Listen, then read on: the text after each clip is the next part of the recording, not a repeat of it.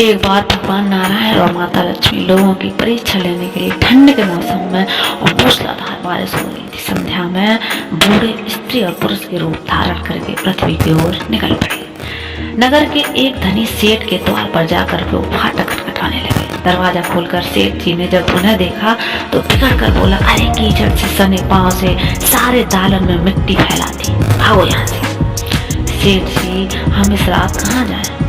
वृद्धा माता लक्ष्मी थी जो गिड़गिड़ाने लगी, ठंड से प्राण निकल रहे हैं, कहीं ठहरने को थोड़ी सी जगह दे। परंतु सेठ ने द्वार बंद कर लिया। उन दोनों को प्रकाश में सेठ के महल के पास ही एक टूटा फूटा सा घर दिखाई दिया। उसने टूटे किवाड़ से दिए के प्रकाश की एक ग्रह दिखाई पड़ी। बुढ़े भगवान विष्णु जो रूप में थे, उन्होंने कहा कि लक्ष्मी माता से, आओ चलो इस घर में आश्रय मांगकर देखते हैं।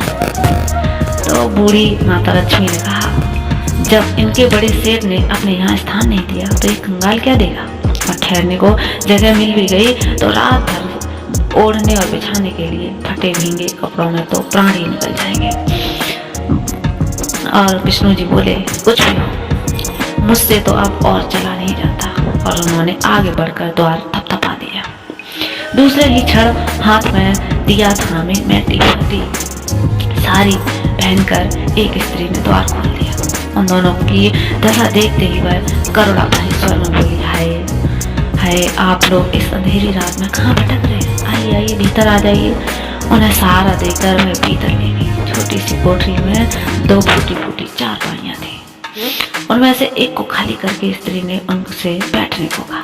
दोनों के कपड़ों से जल चू रहा था तो कोठरी गीली हो रही थी, परंतु उस स्त्री ने तनिक भी चिंता न करके जल्दी जल्दी अंगीठी में आग सुलगाकर उन्हें तापने को कहा। फिर अरगनी पर से 2 पुराने परंतु धुले हुए कपड़े लाकर बोली, बाबा आप लोग अपने भीगे कपड़े उतार कर इन्हें लपेट लो। क्या करूं, मैं बहुत गरीब हूँ, इससे इन्हीं 2 कपड़ों में गुजारा करनी होगी। आपके कपड़े मैं निचोड़ कर फैला दूंगी। उन्हें कपड़े बदलवाना दालन में और 2 पीतल की छोटी छोटी थालियों में बथुए का साग और बाजरे की रोटी लेकर आ गई। माता जी, उसने व्रत से कहा, आज मेरे घर में यही भगवान का प्रसाद है।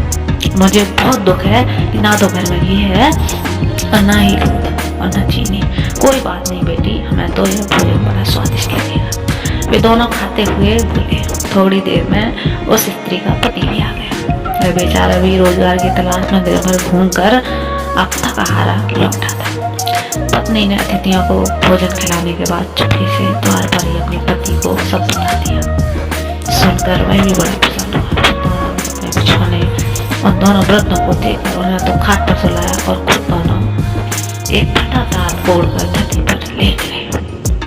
प्रातःकाल ही जब बारिश बंद हो गई तो वे बुजुर्ग जाने लगे। स्त्री ने उन्हें हाथ जोड़कर कहा, सूरज निकलने तक रुक जाइए। अब फिर घर में जो कुछ चने पड़े थे उन्हें पीसकर आटा गूंथा, रोटियां बनाई और उनके लिए बांधी और बोली, माता हम निर्धर हैं, इसी से जैसी सेवा करनी चाहिए थी वैसी कर ना सके, आशा है आप क्षमा कर दोगे।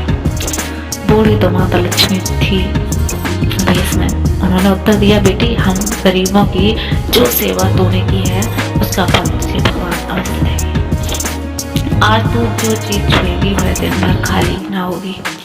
वे लोग चले गए तो स्त्री ने अपने और बच्चों की हांडी को साफ करके उसे याद आ गई। रसोई में जाकर उसने हांडी उठाई तो देखकर आश्चर्य से भर गई। उस हांडी में असरपियां भरी हुई थी। अब तो उसने उसे उलट कर रखा तो वह दोबारा भर गई।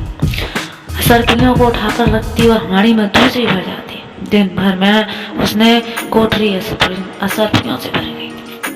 बस फिर तो उसके पति ने असरपियों को बेचकर बढ़िया मकान ले लिया, एक कपड़े की दुकान खोल ली, घोड़ा गाड़ी खरीद ली और वे सुखपूर्वक रहने लगे। उस सेठ को जब यह समाचार मिली तो उसने निर्धन पड़ोसी एक रात में ही अमीर कैसे हो गया। तो उसने एक स्त्री तथा उसके पति को बुलाकर कारण पूछा।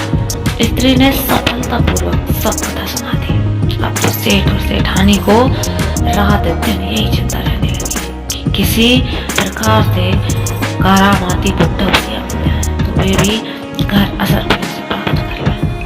देवता तो लोक की इच्छा करते ही मनुष्य की हृदय की बात जान जाते हैं। एक रात जब बहुत जोरों की बारिश हो रही थी और ओले भी पड़ रहे थे, तो वही बुड्ढा बुढ़िया पड़ोसी सेठ के द्वार पहुंच गए। द्वार पर खटखट सुनते ही सेठ ने बिजली के प्रकाश में झांक कर देखा, उन्हें पहचान लिया और जल्दी जल्दी सेठानी को उन्हें लेने के लिए भेज दिया। बिजली बुझाकर एक दिया हाथ में लेकर सेठानी बाहर आई और झूठी ममता दिखाने लगी। हाय हाय बाबा, तुम कहाँ भटक रहे हो, आओ अंदर आओ। फिर घर की सबसे टूटी चारपाई पर उन्हें बैठा दिया। घर में अनेकों गर्म वस्त्र होते हुए भी उन्हें 2 पुराने फटे वस्त्र दे दिए और बोली, बाबा घर में इस समय यही उपस्थित है। फिर उनके बिना पूछे घर की सबसे किसी पुरानी थालियों में बथुए का साग, बाजरे की रोटी ले आई। ओढ़ने को तो फटे कंबल भी कहीं से मांग कर दे दिए। फिर सेठ सेठानी भी उसी कमरे में गद्दे बिछाकर धरती पर लेट गए।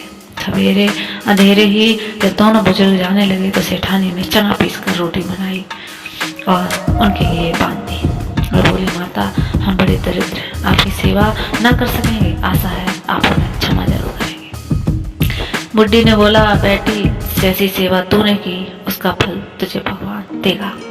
हाँ, आज तू जिस काम को हाथ में लेगी वह दिन भर समाप्त न होगा। उन लोगों के जाते ही सेठ सेठानी में झगड़ा हो पड़ा। सेठ चाहता था कि बथुए की हाड़ी मैं खोलूं और सेठानी चाहती थी कि मैं खोलूं। अंत में दोनों ने एक साथ हाड़ी पकड़ी। इस छीना झपटी में हाड़ी टूट गई और कमरे में बथुआ ही बथुआ बिखर गया। सेठानी झाड़ू लेकर कमरा धोने लगी। जब वह कमरा साफ करती कमरे में तुरंत ही बहुत सारा बथुआ फिर बिखर जाता। सवेरे से संध्या तक उसे कमरा साफ करना पड़ा, लेकिन बार बार बथुआ बिखरता रहा। तो ठीक ही तो है, जिसकी जैसी नीयत होती है भगवान